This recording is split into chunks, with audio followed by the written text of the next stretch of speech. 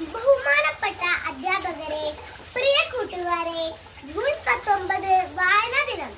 വായനയുടെയും അറിവിന്റെയും ലോകത്തേക്ക് നമ്മെ കൈപിടിച്ചു നടത്തിയ PN പണിക്കരുടെ ചരമദിനം.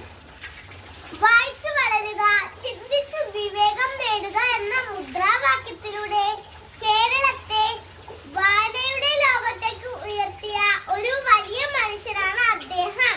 വിദ്യാർത്ഥികളായ നമ്മുടെ കടമയാണ് അറിവ് നേടുക എന്നത്. അതിന് ഏറ്റവും പ്രാധാന്യമാർഗം വായനയാണ്. വായനയുടെ പ്രാധാന്യം നാം കുഞ്ഞുനാളിലെ അറിഞ്ഞിരിക്കേണ്ടതാണ്. വായന നമ്മെ അറിവിന്റെ അത്ഭുത ലോകത്തേക്ക് കൊണ്ടുപോകും. മൊബൈൽ ഫോൺ മാറ്റിവെച്ച പുസ്തകങ്ങളെ നമുക്ക് സ്നേഹിക്കാം.